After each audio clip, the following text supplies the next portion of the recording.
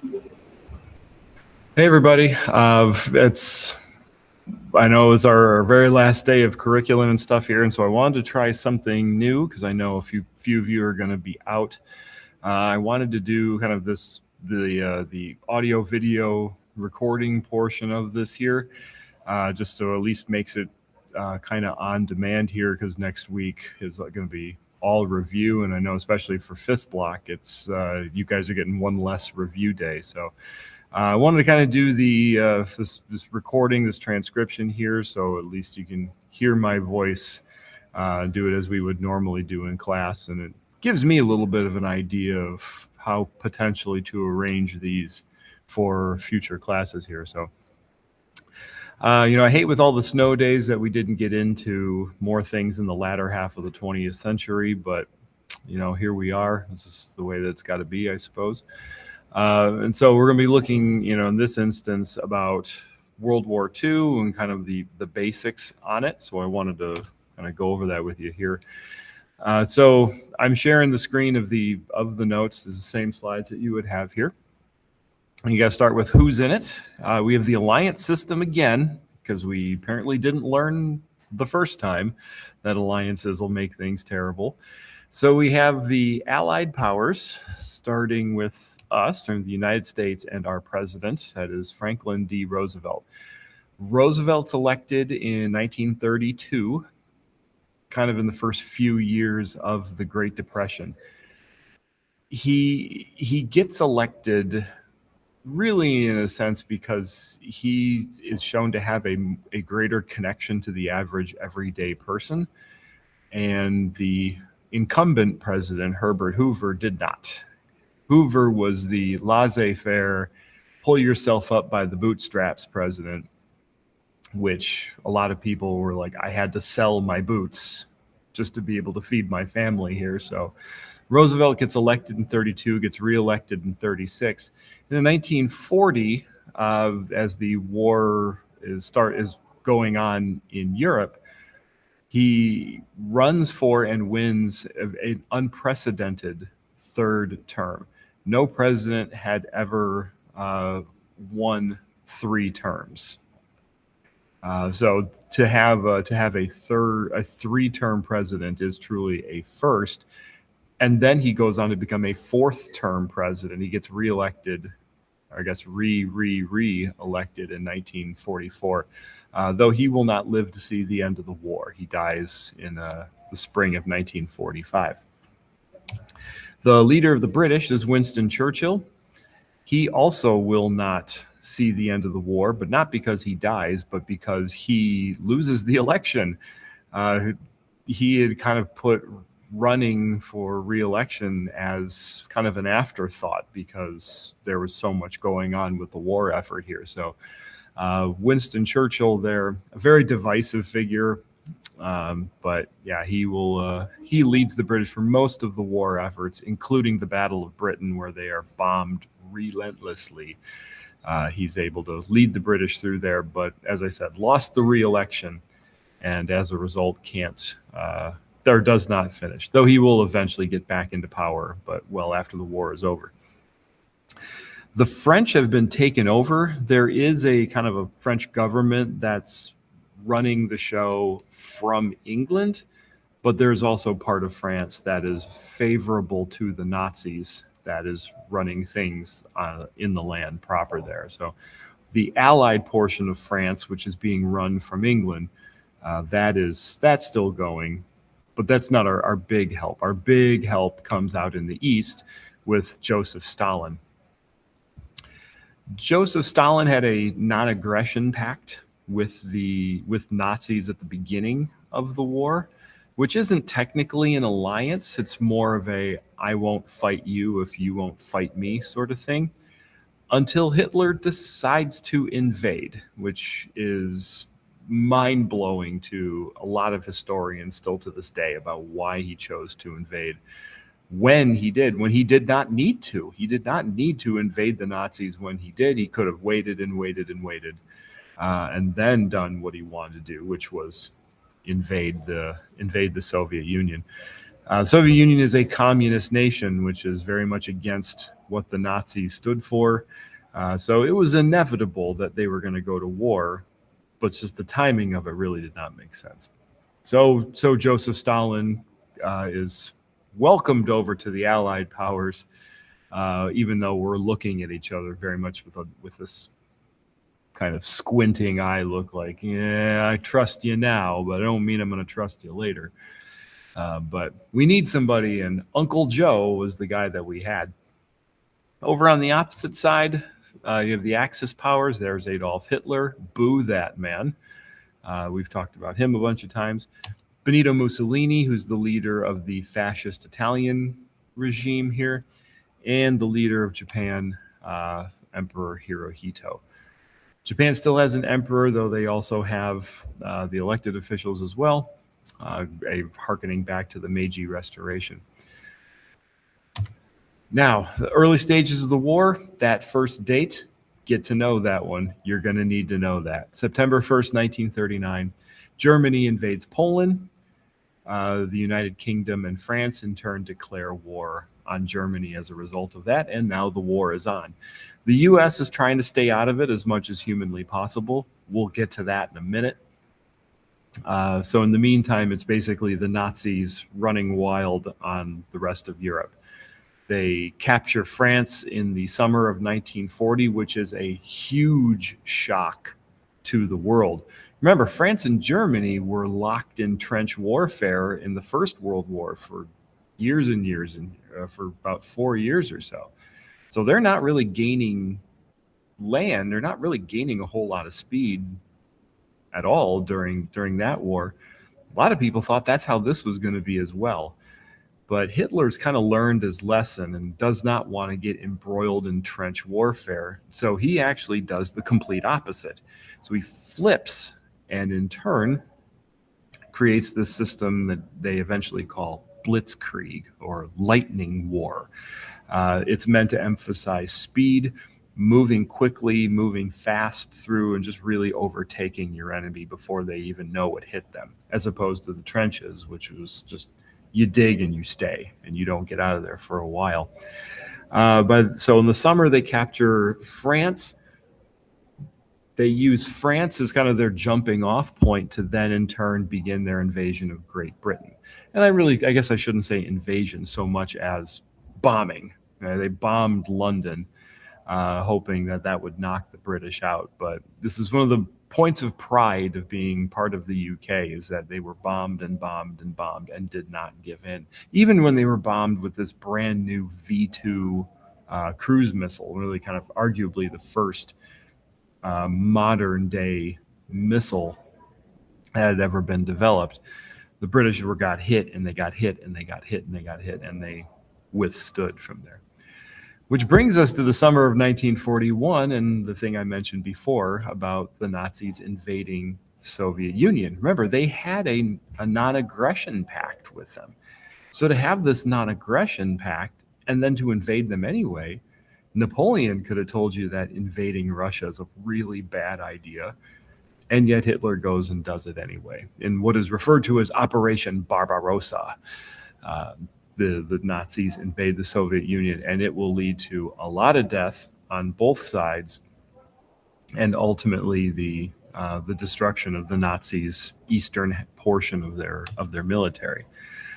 You can kind of see a little bit here. This is a map I showed before with regard to the Holocaust, but if you look to this side here, to the eastern front, the red represents the Soviet Union. This is the area that they had been fighting over. So it's disputed claims and disputed territories. Otherwise, everything that is black here being Nazi territory. This is the Germany proper, Poland, Czechoslovakia, Austria. And then you have different shades of gray representing different periods of occupation. You see the Italians, the French, a lot to the east, southeast. The old Austro-Hungarian Empire is all swallowed up here. So really, it's the green countries, which is, the United Kingdom. And that's it. That's what's left of us. So things are not looking good in in that realm there. So I mentioned we're trying to stay neutral. We're trying to stay out of this here, but it's pretty clear and pretty obvious we're gonna have to get into this war. It's inevitable. We are going to have to get involved in this conflict here. But Japan brings us in. Japan attacks our naval base at Pearl Harbor in Hawaii. At the time, it was not a state; it was a territory, but we use it as essentially a naval refueling station. So anything where we have to go out into the Pacific, Pearl Harbor is a natural stopping off point. Japan assumed that our aircraft carrier fleet would be there. And so on December 7th, 1941, there's another date you're going to need to know, Japan attacked. The problem was, for Japan, there were no aircraft carriers there. They were all out. But there are a lot of battleships, especially this one here. This is the USS Arizona at the moment that its ammunition holds in the lower decks were ignited and exploded, which ultimately resulted in that ship sinking. Today, you can, if you go to Hawaii and you go to Pearl Harbor on Oahu, just outside of Honolulu, if you go there, you can actually take a small boat to the Arizona Memorial and basically go right above the USS Arizona there. So when we are attacked, we're attacked essentially in two waves. There was supposed to be a third, but Japan called off that third one. They felt enough damage had been done. And realizing the aircraft carriers weren't there, there was not really enough of a need. But Japan kind of foreshadowed and said, we have awoken a sleeping giant. And that, in turn, is kind of a nice way that I would kind of compare what or look at what the United States was. We were truly the sleeping giant of this here. So we declare war on Japan because Japan is in an alliance with Germany. Germany declares war on us, and we're off and running here. As in the United States, we're fighting on two different fronts. Okay? A front is an area where invasion takes place, or sometimes they're also called theaters.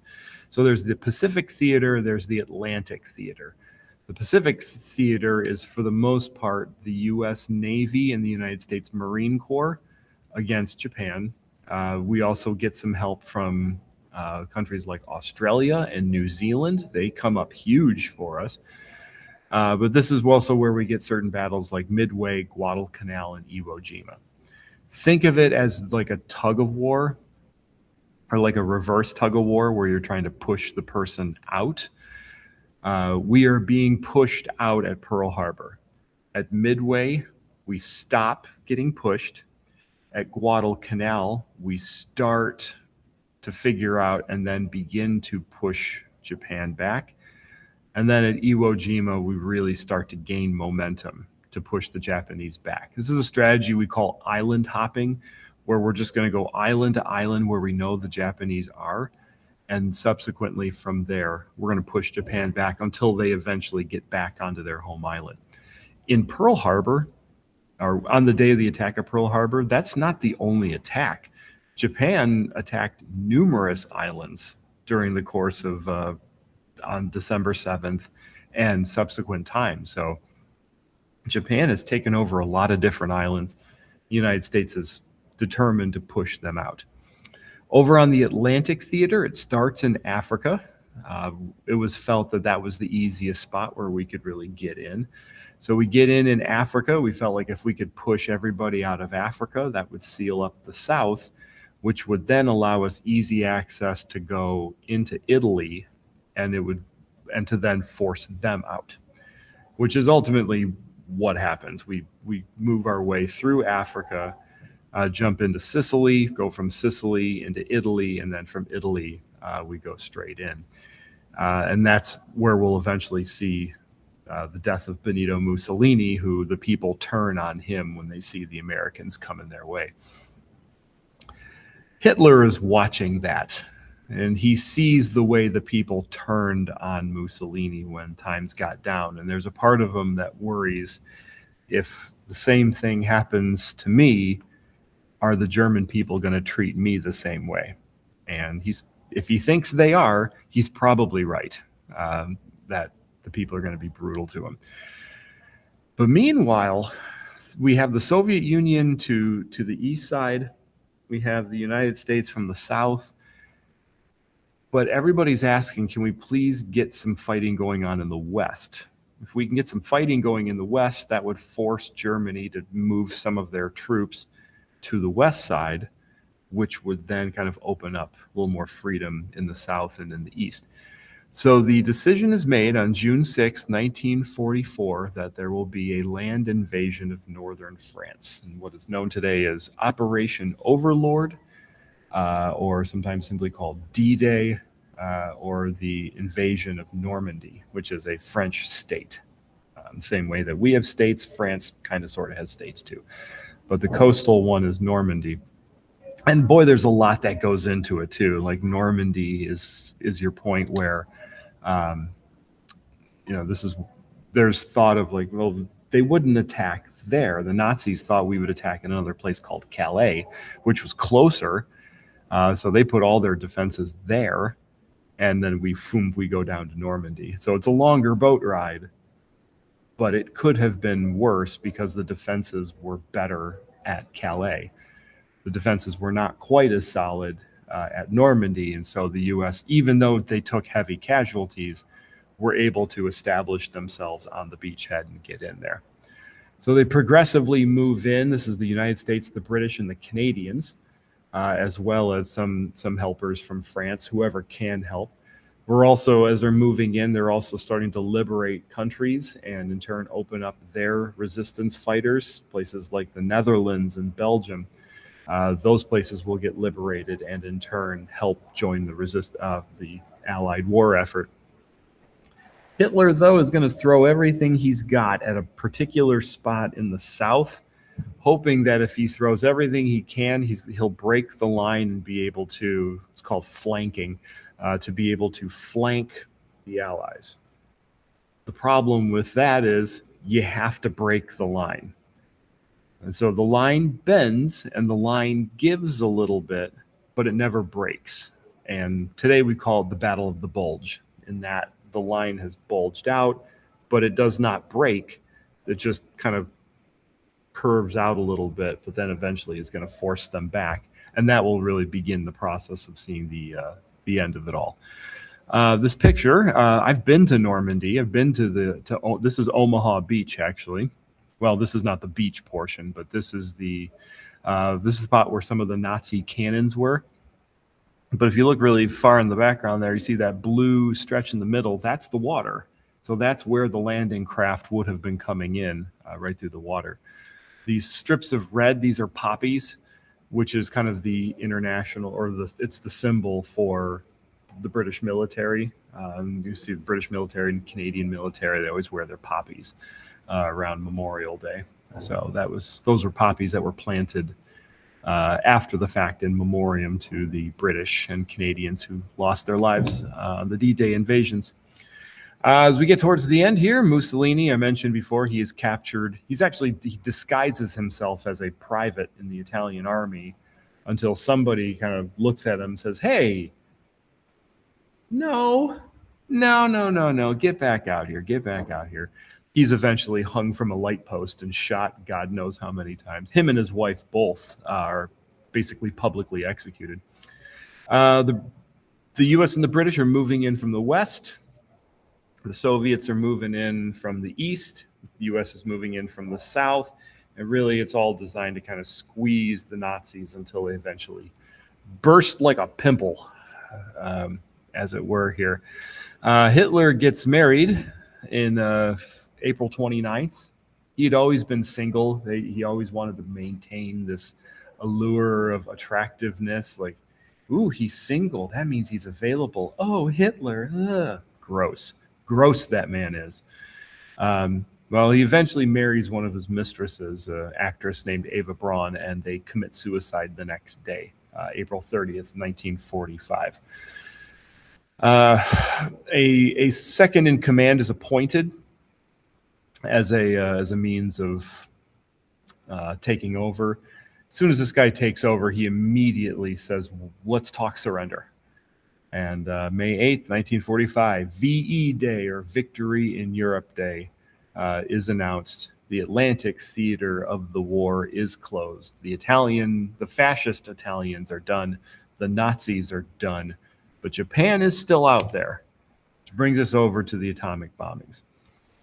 So with the atomic bombings here, and this is the last slide, by the way, with the atomic bombings, we see the development, or we have seen the development of the Manhattan Project here. So for those who have ever seen or heard the movie Oppenheimer, Oppenheimer is basically the Manhattan Project. It's the development of atomic weapons with the intended use of ending World War II and creating a psychological superweapon that the Soviet Union didn't have. Because, again, we're in an alliance, but it doesn't mean we necessarily like them.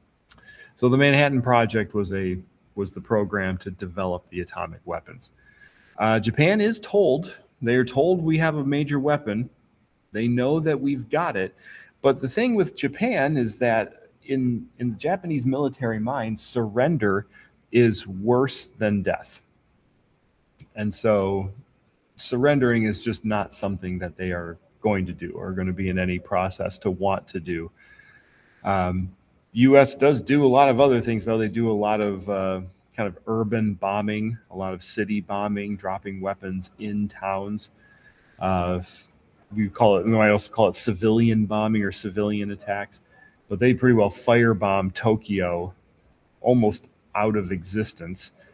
It's brutal, but war is not pleasant, and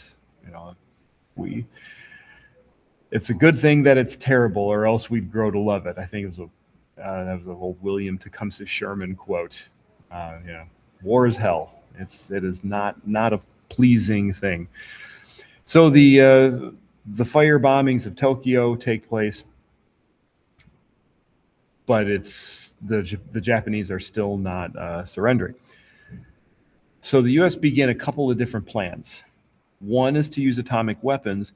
Another is called Operation Olympic. Operation Olympic is the land invasion of Japan. So that's really the two options. It's either drop atomic bombs or do a land invasion in the same way that you did D-Day, same way that you did the Normandy landings. The feeling was the Normandy landings were brutal. Operation Olympic was going to be a massacre. Japan would have everything ready to go, and they would have civilians fighting. It would be awful. It'd be absolutely awful. The anticipated loss of life was somewhere in the neighborhood of 500,000 Americans would likely die as a result of a land invasion, and the war would go on for another at least year. And so the new president is Harry Truman, and he's got a really hard decision to make. He's got a weapon that can end the war, but it's also going to kill thousands and thousands of innocent people. But he also knows that a lot of American lives are going to be lost if they do it the other way. It truly is it's a tough decision one way or the other. But Truman ultimately makes the call. We're going to use this weapon because we think it's the best and most efficient way at ending the war. And so the first bomb is dropped by an airplane known as the Enola Gay. This is the nickname the pilot gave to it here. There are two different kinds of bombs. One uses uranium, one uses plutonium. Uranium was a bomb called Little Boy, and the plutonium bomb is a bomb called Fat Man.